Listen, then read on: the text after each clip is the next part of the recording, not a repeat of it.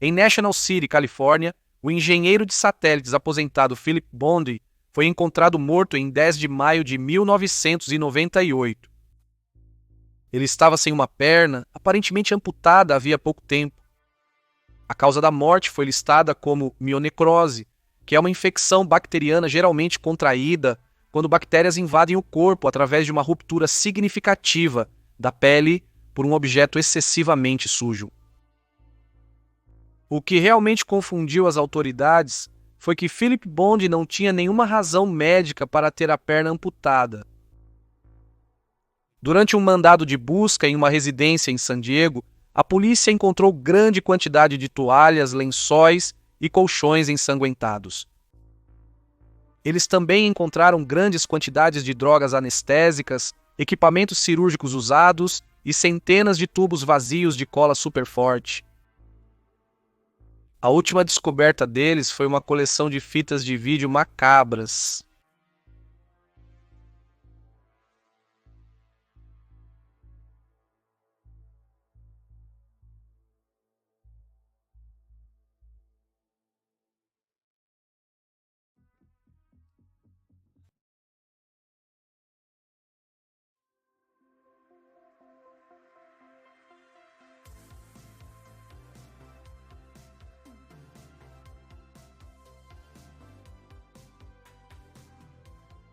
Olá, sou o Dr. Richard Blades. Se você está assistindo a isso, é porque está insatisfeito com seu corpo e busca uma forma de mudá-lo.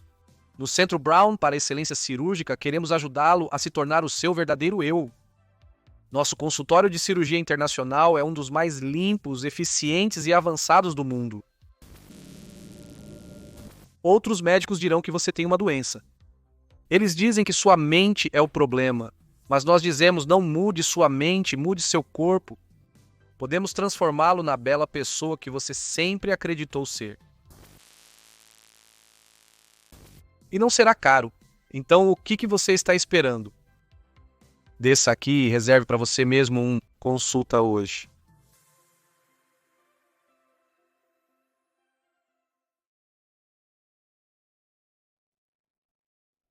Oi, eu sou. Doutor Ben, você sabe quem eu sou. É por isso que você está aqui. O procedimento que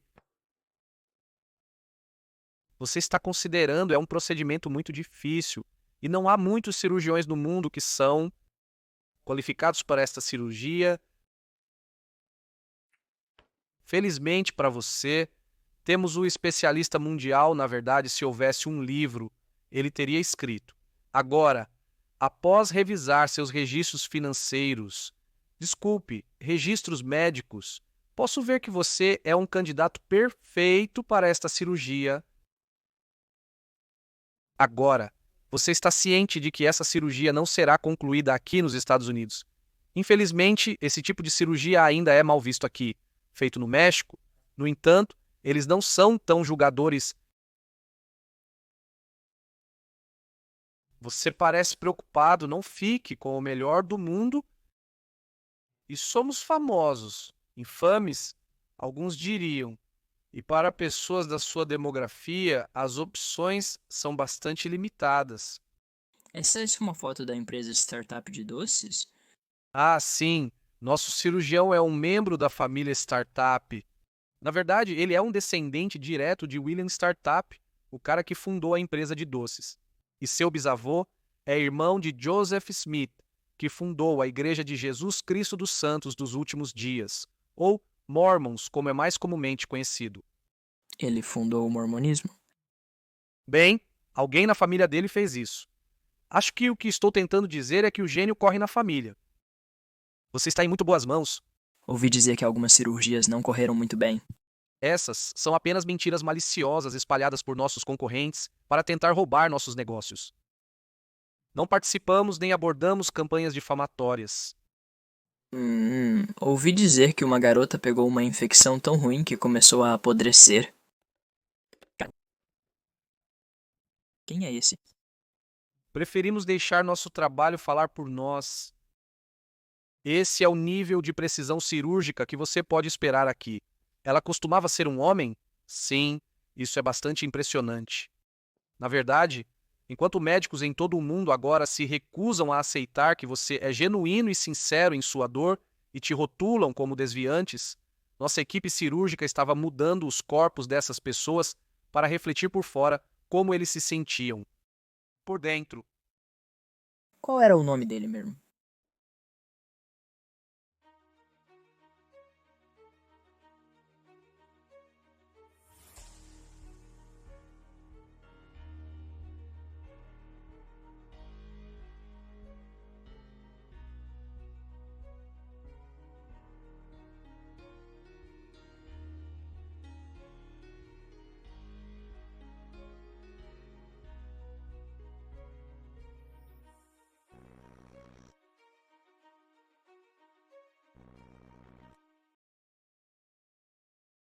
John Brown nasceu em 1922 em Utah.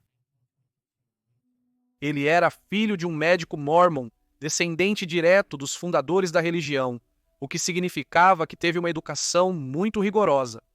Verificar essa informação é muito difícil, pois a religião mórmon faz um excelente trabalho em eliminar qualquer negatividade em torno da religião do mundo. Às vezes, através do uso excessivo de força física ou legal, dependendo da fonte. No entanto, se você seguir as pistas o suficiente, então você descobrirá que o Dr. John Ronald Brown, na verdade, escreveu o prefácio de um livro escrito em 1969 por Maureen Startup, chamado O Poder Secreto da Feminilidade, um livro muito sexista que defende as virtudes da servidão feminina aos homens. Maureen e Albert Startup eram descendentes diretos de William Startup, que fundou a Startup Candy Company, que por sua vez era bisneto de Hyrum Smith, que era irmão de Joseph Smith, o fundador da religião Mormon. Maureen e Albert Startup eram os pais de Diane Startup. Você pode conhecer Diane pelo nome Diane Steedham, depois que ela se casou com seu marido Mark, e passou a fundar um suposto esquema de pirâmide de bilhões de dólares chamado LuLaRoe. Dr. Brown era irmão de Albert Startup e tio de Diane Startup. Uma curiosidade interessante dessa história é que, durante o auge da LuLaRoe, antes do promotor de justiça do distrito de Washington decidir persegui-los por supostamente serem um esquema de pirâmide, Diane frequentemente encorajava, coagia e intimidava seus funcionários a visitar Tijuana, México, para alguns procedimentos duvidosos de cirurgia plástica. Aparentemente, visitar Tijuana para procedimentos médicos duvidosos é uma característica familiar na história do Dr. Brown. Se você quer saber mais sobre a ascensão e queda do Império LuLaRoe, confira esses vídeos de outros YouTubers se estiver interessado. Eu vou linká-los na descrição abaixo. John Brown foi convocado durante a Segunda Guerra Mundial e, após se sair bem no teste de classificação geral do Exército, foi enviado para uma escola de medicina. Ele se formou na Faculdade de Medicina da Universidade de Utah em 1947 e atuou como clínico geral por cerca de 20 anos, sem nada particularmente notável durante esse período. Foi nesse ponto que ele decidiu se candidatar para a cirurgia plástica no Hospital Presbiteriano de Colômbia. John era particularmente bom na parte teórica da cirurgia e obteve notas altas no exame escrito, mas se desmoronou durante o exame oral, culpando sua criação autoritária extremamente rigorosa por sua falta de confiança em cenários públicos.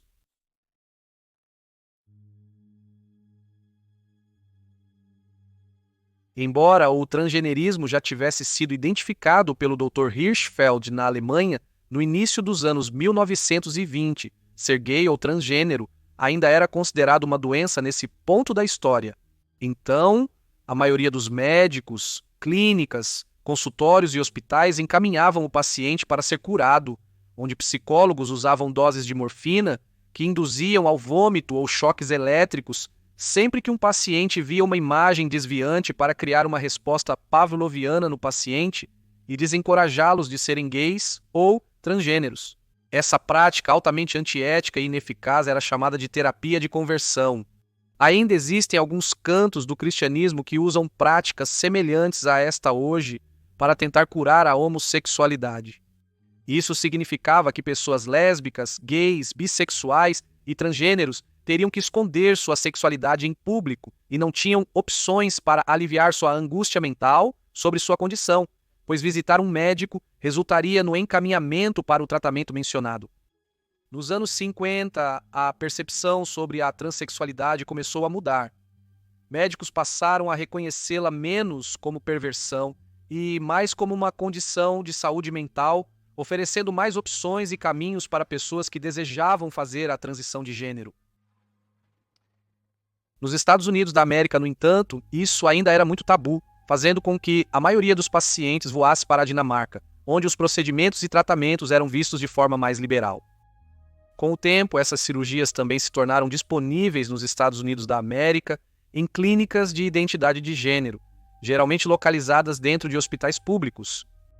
No entanto, esse progresso lento foi interrompido ao longo dos anos 70, quando um estudo da Universidade Johns Hopkins afirmou que os pacientes que haviam passado por cirurgia de redesignação de gênero ainda sofriam dos mesmos problemas psicológicos após a cirurgia que tinham antes. Apesar do estudo ser altamente criticado por sua metodologia falha, que obviamente levou a conclusões falhas, isso levou ao fechamento da Clínica de Identidade de Gênero da Universidade Johns Hopkins, e logo depois, todas as outras seguiram o mesmo caminho, deixando indivíduos transgêneros novamente sem opções. Indivíduos como você estão em uma posição muito difícil. É por isso que estamos orgulhosos em oferecer uma ampla variedade de cirurgias para atender às suas necessidades. Então, me diga o que você não gosta em você mesmo.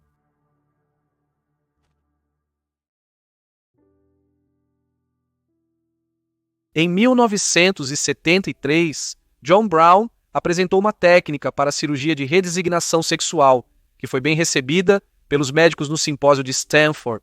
Logo após, Brown encontrou um local em São Francisco e montou um negócio como médico cirurgião na região. Ele contratou John Spence, um ex-criminoso, como seu assistente.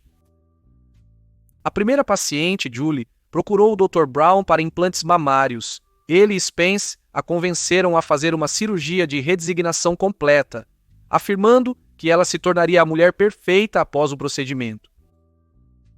Brown não tinha licença para praticar cirurgia de qualquer tipo e não tinha uma sala limpa estéril para realizar o procedimento, mas operou a senhora mesmo assim. Devido à natureza duvidosa de sua prática, detalhes sobre os resultados de seus pacientes são muito difíceis de encontrar. E, infelizmente, eu não consegui descobrir como foi a cirurgia de Julie, mas ela o processou em tribunal anos depois, então acho que podemos presumir que foi menos do que ideal. Devido ao preconceito contra indivíduos transgêneros naquela época, realmente não havia ninguém falando publicamente sobre questões transgêneros, e então ninguém tinha realmente ouvido muito além de sussurros subterrâneos sobre um cirurgião em São Francisco que ainda oferecia cirurgia de redesignação de gênero, mas nenhuma das pessoas sabia que ele não tinha licença para praticar esse tipo de cirurgia ou quais eram os resultados de seus pacientes. Isso levou alguns indivíduos transexuais a gerar negócios para o Dr. Brown, espalhando pela comunidade transgênero que ele era o cirurgião que ousava desafiar a comunidade médica em geral. Quando ele se encontrou com Angela Douglas, deu a ela milhares de dólares em dinheiro para ajudar a iniciar a publicação da revista Mirage, o que infelizmente a levou a destacar seus serviços na revista mais de uma vez. Os negócios pareciam estar indo bem para o Dr. Brown. Tudo bem, agora que temos todas as suas informações,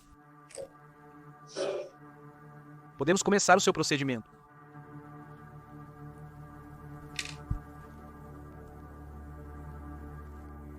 Agora tente relaxar. As coisas podem doer um pouco.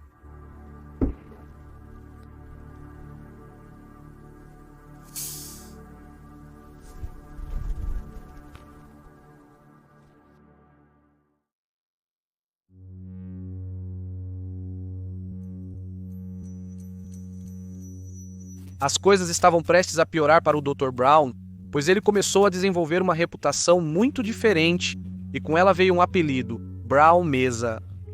um apelido dado a ele por operar em qualquer lugar, de mesas de cozinha a garagens e camas de motéis suspeitos. Os resultados dos pacientes também estavam começando a se tornar mais conhecidos, pois alguns pacientes afirmavam que após a cirurgia não pareciam nem homem nem mulher e se descreviam como parecendo uma boneca Barbie. Uma transexual que trabalhou para Brown, chamada Donna Colvin, lembrou que Brown era um médico que injetava Valium antes de operar e danificava intencionalmente a vagina de uma paciente que o irritava. Alguns pacientes pareciam que seu pênis havia sido dividido ao meio e costurado na virilha. Os pacientes que receberam com sucesso uma vagina tinham infecções desenfreadas da cirurgia ou colostomias permanentes. Os pacientes mais azarados, sem dinheiro, foram abandonados em becos e estacionamentos. A maioria dessas histórias passou despercebida na época devido ao estigma em torno do transexualismo, com muitas vítimas sofrendo em silêncio para não chamar atenção para seu estilo de vida e evitar a violência que o acompanhava. Então, em 1977, o Conselho de Garantia de Qualidade Médica da Califórnia revogou a licença médica de Brown por negligência grave, prática de medicina de maneira não profissional e torpeza moral, que é uma maneira sofisticada de dizer que John Brown era um homem com uma preocupante falta de consciência. O conselho afirmou que Brown permitiu que seu assistente, John Spence, realizasse cirurgias, que pacientes transexuais falsificassem receitas médicas para si e outros e que pessoal não médico diagnosticasse pacientes. Eles afirmaram que ele foi gravemente negligente por não realizar cirurgias em uma instalação devidamente estéril, não se preocupar com históricos e exames pré-operatórios dos pacientes e operar em pessoas inadequadas para a cirurgia, como idosos ou aqueles com doenças que aumentavam excessivamente o risco de resultados negativos. Ele também mentiu em formulários de seguro médico e afirmou que o motivo da cirurgia era uma falta congênita de vagina, ao contrário da cirurgia de redesignação de gênero.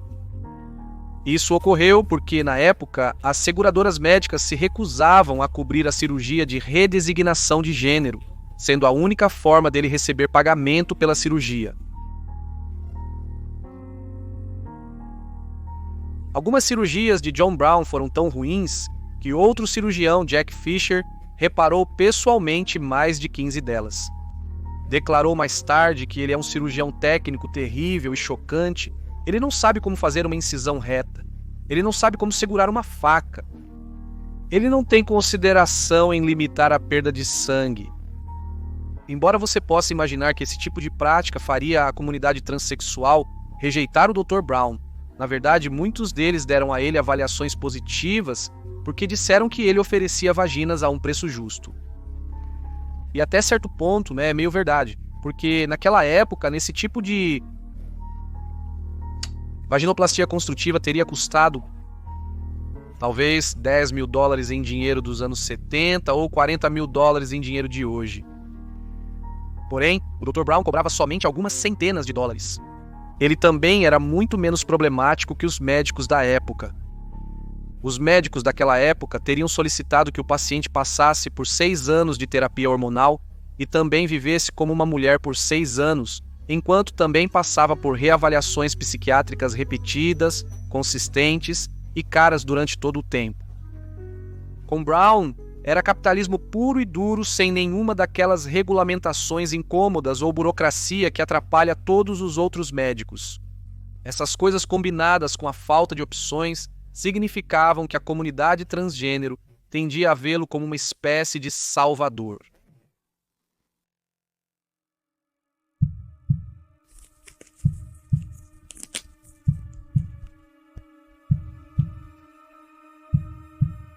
Os olhos do paciente estão abertos. Você acordou durante a cirurgia, não há motivo para pânico. É completamente normal. Me dê a máscara.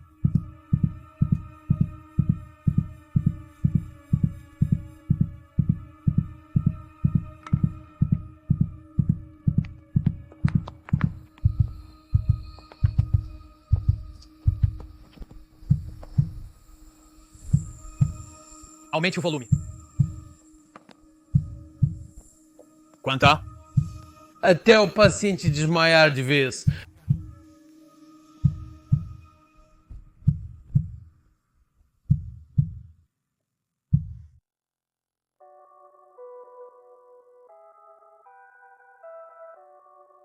Após perder o direito de exercer a medicina na Califórnia, Havaí, Alasca e na ilha de Santa Lúcia, Brown retornou ao sul da Califórnia e começou a operar uma prática ilegal no mercado negro. Ele continuava oferecendo cirurgia completa de redesignação de gênero, mas havia adicionado lipoaspiração, injeções de silicone, implantes penianos e lifting facial aos seus serviços. Para contornar o fato de que tecnicamente não tinha licença para praticar qualquer tipo de medicina, ele realizava consultas na Califórnia e depois encaminhava os pacientes para o escritório internacional para a cirurgia real, que era no México. Em 1986, a revista Fórum publicou um artigo chamado O Incrível Dr. Dick, que inicialmente era sobre a cirurgia de aumento peniano de Brown, mas contava a história de um homem pouco profissional e esquecido, que não conseguia dirigir corretamente e cujas calças frequentemente caíam durante a cirurgia. Eles também descrevem como, quando Brown fez um corte acidental durante uma cirurgia peniana, causando um derramamento excessivo de sangue, a resposta de Brown foi dizer muito casualmente: "Eu cometi um erro". Isso atraiu a atenção do Inside Edition, que produziu uma reportagem investigativa intitulada O Pior Médico da América, onde Brown fez uma cirurgia para abaixar a linha do cabelo de um paciente. O paciente foi ouvido gemendo durante toda a cirurgia, o que Brown comentou ser normal. Mas em uma cirurgia padrão e licenciada deste tipo, o paciente sempre é fortemente sedado ao ponto de não conseguir se mover ou falar e estar completamente inconsciente. Definitivamente não era normal. Logo depois, um promotor de San Diego acusou Brown de exercer medicina ilegalmente e ele foi preso por 19 meses. Na verdade, essa não foi a primeira vez que Brown foi preso, pois ele já havia cumprido penas mais curtas por prescrever sem licença e atuar sob um nome falso. Porém, Brown afirmou que sentia estar se rebelando contra um controle governamental abrangente da medicina e persistiu. Após a prisão de Brown e a repercussão nacional de suas práticas. Dr. Paul Walker, não aquele Paul Walker. O Dr. Paul Walker criou os padrões de práticas e cuidados para indivíduos com disforia de gênero, que deveriam ter estabelecido um quadro padronizado para como tratar, diagnosticar e cuidar de pessoas sofrendo de disforia de gênero.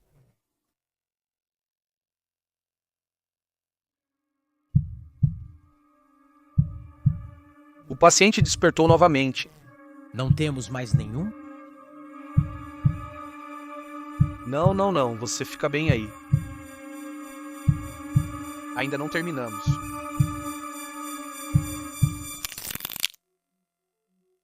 Brown dirigiu um táxi em Tijuana por um ano antes de reabrir sua prática ilegal, lá em 1992, usando o nome Dr. Ralph Molina. Uma paciente em potencial chamada Cherie visitou a prática com a intenção de se alistar nos serviços do Dr. Molina. O que ela viu foram esgotos que constantemente transbordavam, a água corrente seria intermitente e a sala de operação era apenas um quarto com uma cadeira de ginecologia no canto. Cherie também afirmou que Brown ocasionalmente tomava café durante cirurgias. Ela optou por não contratar o Dr. Molina depois de ver tudo isso. O Dr. Molina passou praticamente despercebido por 6 anos, continuando a fornecer cirurgias ilegais, insalubres e incorretas no mercado negro até 1998, quando um homem chamado Philip Bondi procurou o Dr. Molina para um procedimento muito incomum. Em 1977, os psicólogos Greg Firth e John Money descreveram uma condição que eles rotularam como apotenofilia, um raro distúrbio psicológico em que o sofredor sente um desejo avassalador de amputar membros saudáveis ou de se tornar surdo ou cego. Isso foi posteriormente reclassificado para disforia de integridade corporal. Os pacientes muitas vezes vivem como amputados por toda a vida, usando membros protéticos e uma série de outras engenhocas que tornariam um membro saudável inútil em um esforço para tentar viver como um amputado. Há alguns rumores de pacientes que sofreram com isso, se tornando tão extremos que eles se deitariam em trilhos de trem e deixariam os trens passarem por cima de suas pernas para amputá-las por eles, ou para explodi-las com espingardas. Acredito que isso seja apenas um mito da internet, pois pesquisei extensivamente e não encontrei evidências de que isso tenha acontecido sequer uma vez. Embora ainda não seja oficialmente aceito como uma condição psicológica no Manual Diagnóstico e Estatístico de Transtornos Mentais, alguns estudos limitados foram realizados para tentar descobrir ou entender o que causa essa condição.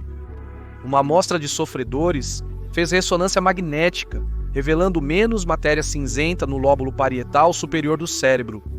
A quantidade de matéria cinzenta ausente correlacionava-se diretamente à intensidade do desejo de amputar um membro saudável. Não sei sobre você, mas achei isso bastante interessante. Sou estranho, provavelmente independentemente de quão fortemente as pessoas sofrem desta condição. É praticamente impossível encontrar um cirurgião disposto a amputar um membro saudável por causa da ética de tal prática, ou, para dizer o mínimo, altamente contestada. Havia um cirurgião na Escócia que fez isso com 3 pacientes, mas, além desse exemplo, eu não consegui encontrar nenhum outro. E mesmo esse exemplo foi restrito a apenas essas 3 ocasiões porque a reação negativa profissional e pública foi tão forte que todos juraram nunca mais fazer isso. Para pacientes com este transtorno, não há opções. Bem, talvez apenas uma. E quanto a ele Conseguiu o que queria. Leve-o para o quarto dele. Leve-o para o parque.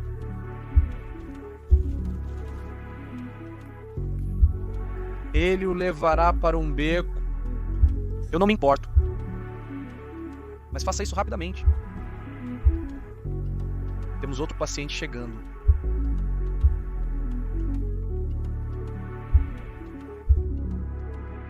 Bond e seu amigo, e também sofredor de transtorno de identidade de integridade corporal, Dr. Greg Firth, visitaram Brown, onde Bond pagou a Brown para amputar sua perna.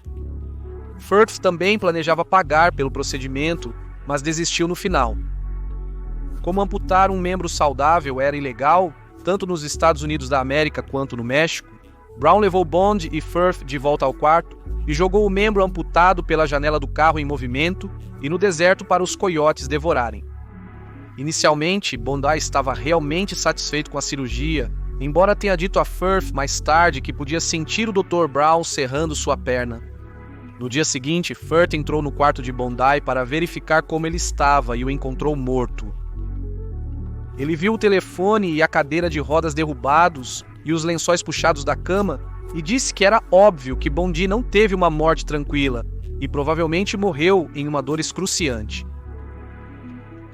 Um cirurgião testemunhando em tribunal disse que Brown não deixou uma aba de pele grande o suficiente sobre o coto para permitir um fluxo sanguíneo adequado e o tecido dentro da aba morreu porque foi puxado com muita força.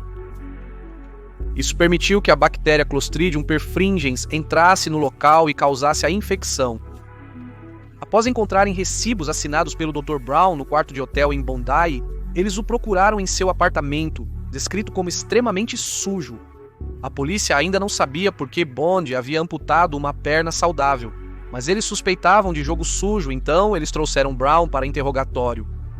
Durante o interrogatório de Brown pela polícia, o jornalista e escritor Dallas Denny soube do caso e contatou imediatamente a promotoria de San Diego.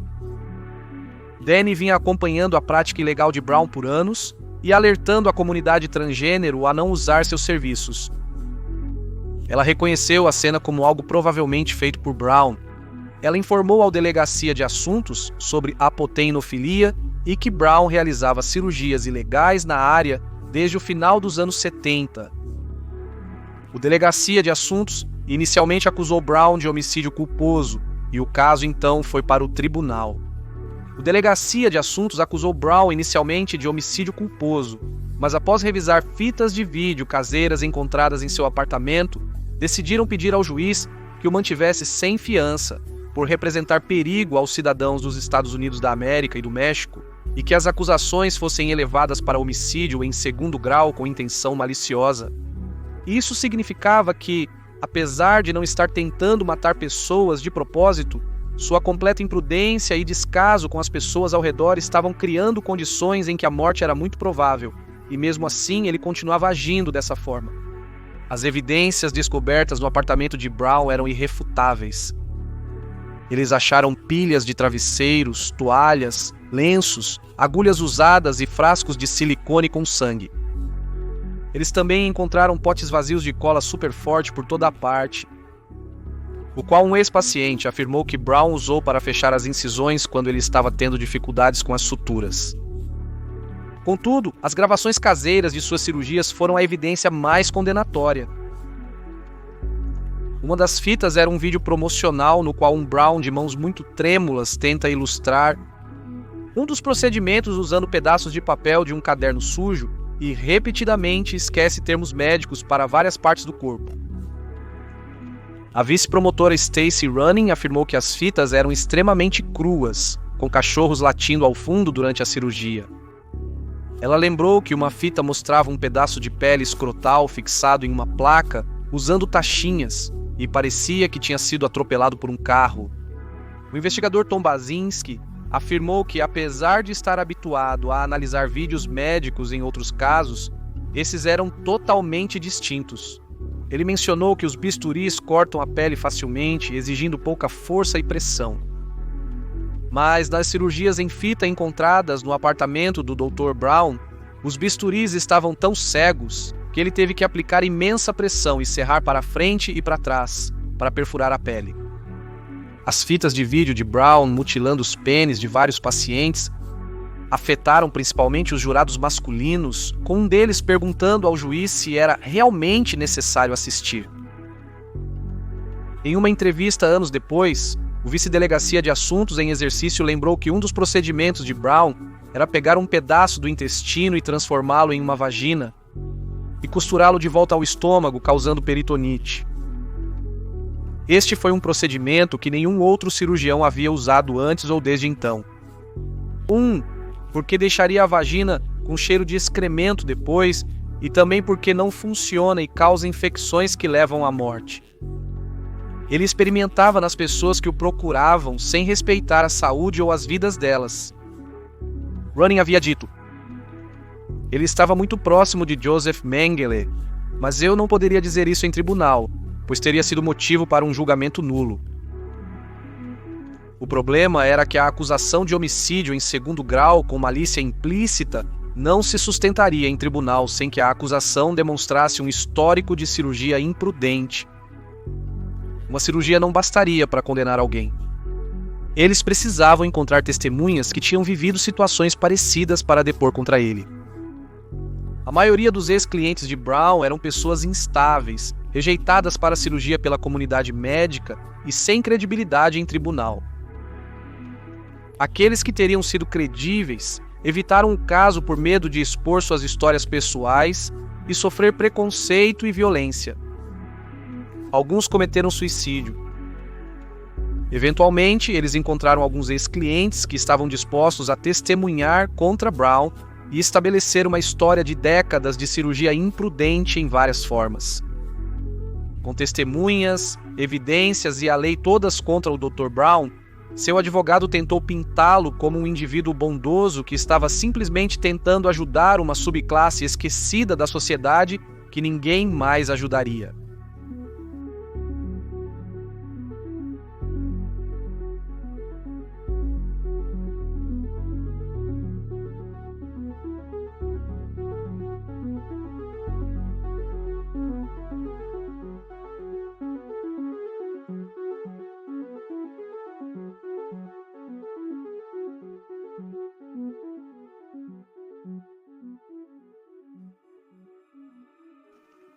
Boa tarde.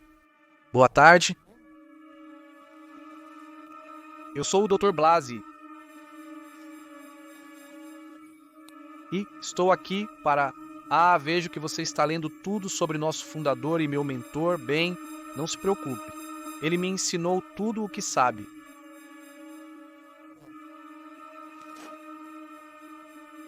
Então me diga o que você não gosta em você mesmo.